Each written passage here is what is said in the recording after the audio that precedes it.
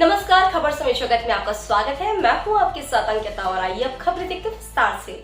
भोपाल। अरविंद केजरीवाल की गिरफ्तारी के बाद कई नेता उनके पक्ष में खड़े हुए दिखाई दे रहे हैं। मध्य प्रदेश कांग्रेस अध्यक्ष जीतू पटवारी ने भी उनके पक्ष में बयान दिया है। उन्होंने कहा, पीएम मोदी को लोकतंत्र में विरोध पसंद नहीं है। जो नेता भाजपा में चले गए उनके खिलाफ जांच के कोई नतीजे नहीं आए। जीतू पटवारी ने कहा कि ईडी ने जो अब तक कार्रवाई की है उसमें 95% विपक्ष के नेताओं पर हुई है। उन्होंने कहा 21 मार्च को अरविंद केजरीवाल को गिरफ्तार किया गया। इससे पहले झारखंड के सीएम समेत कई और विपक्ष के नेताओं को भी गिरफ्तार किया गया था। 121 लोगों की, जिसकी 154 लोगों की हम जब लिस्ट निकाले कि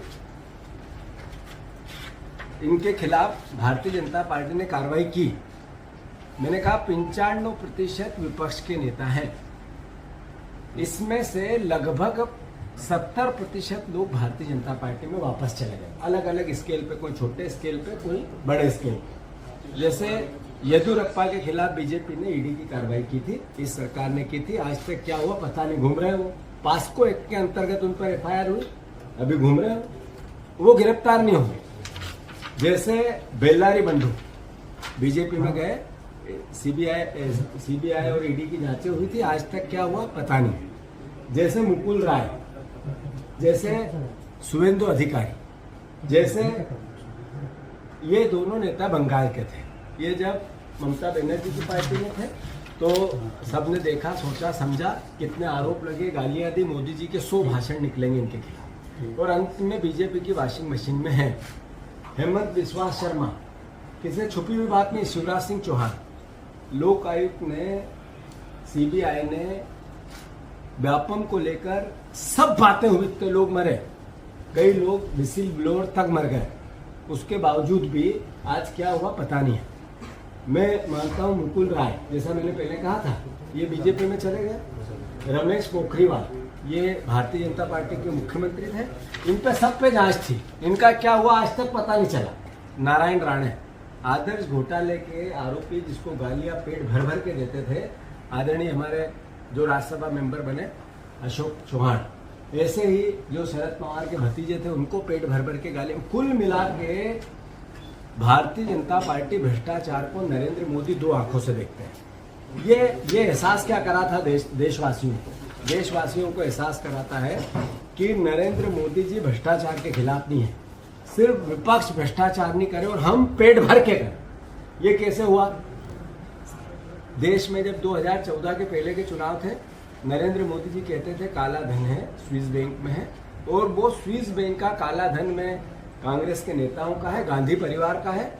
ये जैसे ही 6 महीने में मैं प्रधानमंत्री बनूंगा, ये सब जेल की सलाखों के अंदर रहेंगे और 15-15 लाख रुपए पर व्यक्ति को मिलेंगे। नारा था उनका, हमने सबने देखा।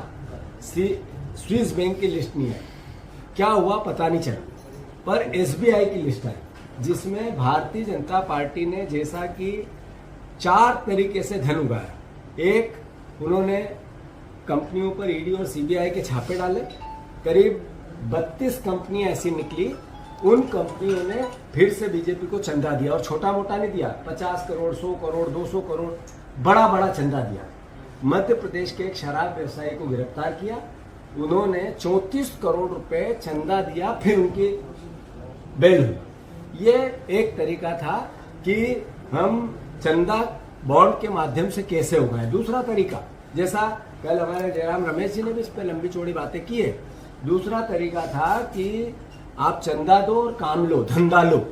करीब 70 कंपनियां, 65 से 70 कंपनियां लगभग ऐसी निकली जिनको काम मिला, और उन्होंने भारतीय जनता पार्टी को बॉन्ड में चंदा दिया।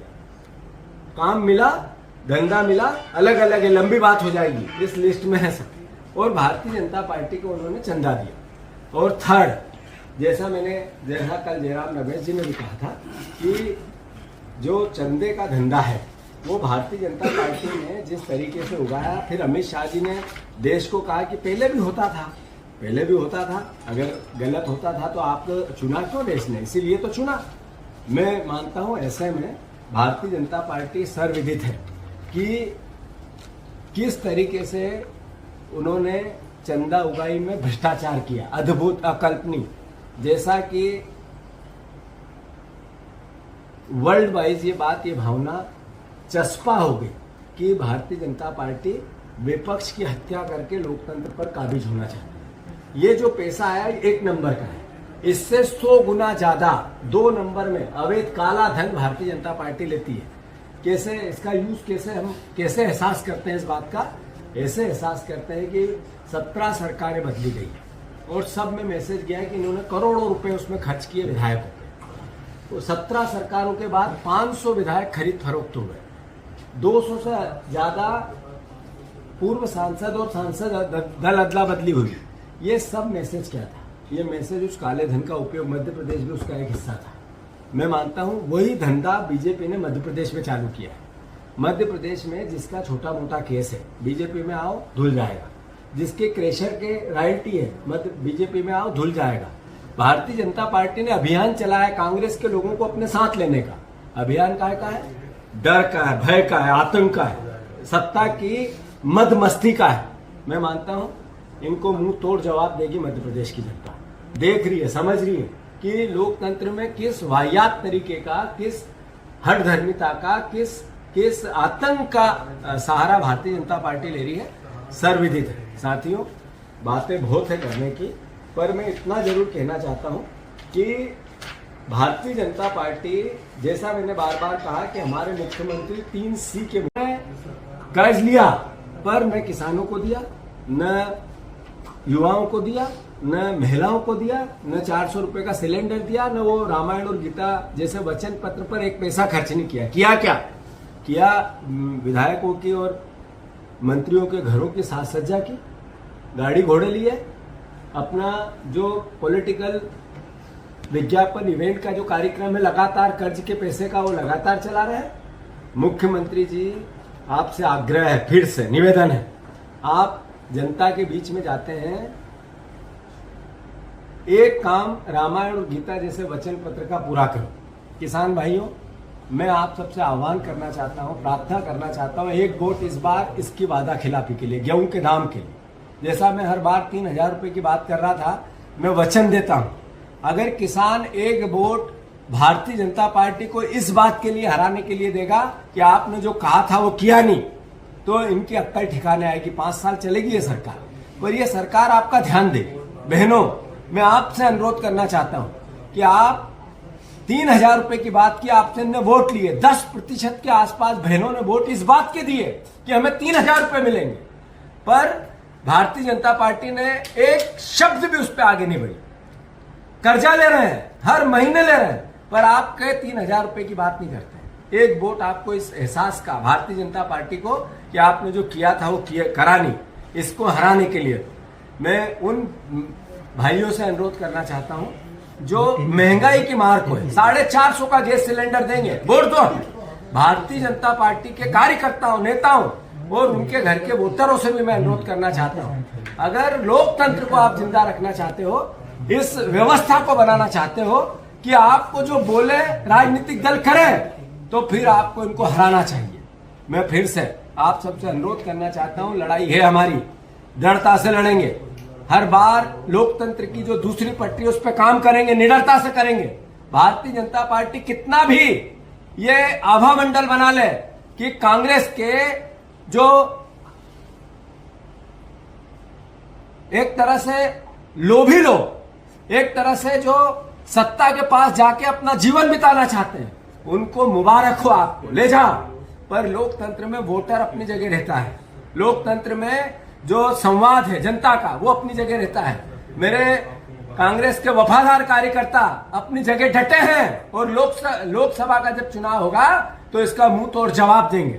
मैं फिर से, जो भारतीय जनता पार्टी ने खाते सींच किए कांग्रेस के, मैं प्रदेशवासियों से अनुरोध करना चाहता हूं, जनता से प्रार्थना करना चाहता हूं। ये क्या मैसेज है? ये वही मैसेज है जो नरेंद्र मोदी जी किसी भी हद तक जाएंगे, हम चंदा लेंगे और कांग्रेस के पास जो है उसको भी 1 रुपया खर्च नहीं हो, हम पैसे से, अर्थबल से चुनाव जीतेंगे। ये मैं जानता हूं हमारे प्रत्याशियों के पास उतना धन नहीं होगा। भारतीय जनता पार्टी 25-25 करोड़ में चुनाव लड़ेगी, अद्भुत पैसा बहाएगी। ये आप ही का काला धन है, आप ही का पैसा है, जो आपको इन्होंने जो वादे किए थे और नहीं दिया, वो पैसा आपको इस तरीके से नगद बांट के चुनाव लड़ना चाहेंगे। आपको विचार करना पड़ेगा, देशवासी प्रदेशवासियों को विचार करना पड़ेगा। साथियों, जो खाते सीज किए, ये सर्वविदित है, सब आपके बीच में है, सब आपके साथ है, सामने है। मैं इतना ही कहना चाहता हूं, ये 3C के मुख्यमंत्री, पर्ची के मुख्यमंत्री, कर्ज लेकर, क्राइम करवाकर, करप्शन करके चुनाव जीतना चाहते हैं, पर्ची के हैं। इसलिए मैं प्रदेश की जनता से आह्वान करता हूं, हमने जो टिकट बांटे, हमने कहा था कि हम 50% से ज़्यादा युवाओं को टिकट इस बार 50 साल से नीचे देंगे। हमने अपना वचन प्रदेश की जनता के सामने रखा है। हमने ST/SC OBC के 75% टिकट दिए हैं। मैं मानता हूं कि अपने आप में ये एहसास है इस बात का, और जहां भी टिकट गया उसके बाद पॉजिटिविटी आई है कार्यकर्ताओं में, नेताओं में। ये भी एक शुभ संकेत है आने वाले समय के लिए। मैं कांग्रेस के कार्यकर्ताओं से आह्वान करना चाहता हूं, दृढ़ता से उठो और लोकतंत्र बचाने के लिए अपना योगदान दो, अपना सब सर्वोच्च निछावर करो। जो हमारे ST/SC के भाई हैं, मैं उनसे अनुरोध करना चाहता हूं, भारतीय जनता पार्टी संविधान बदलना चाहती है। उनके बहुत बड़े नेता ने ये बात कही है आंध्रा में, तमिलनाडु में, दक्षिण भारत में, और भारतीय जनता पार्टी ने फिर उसको टिकट दिया। इसका मतलब है बीजेपी उसके साथ है, संविधान बदलने के साथ है। मैं फिर से आप सबसे हाथ जोड़ के निवेदन करता हूं, कांग्रेस पार्टी अपना धर्म निभाएगी। जब तक ये 3,000 रुपये कुंटल गेहूं के दाम नहीं देंगे, इस भारतीय जनता पार्टी को चैन से नहीं रहने का दायित्व कांग्रेस पार्टी के साथ साथ आम जनता का है, किसान भाइयों का, उनके बेटों का है, युवा बेटों का है। आप सब इसमें सहयोग करो। सबको धन्यवाद, साधुवाद। खबर सुनी जगत के लिए संवाददाता आदित्य सराठी की report. For latest news, subscribe to our channel and press the bell icon.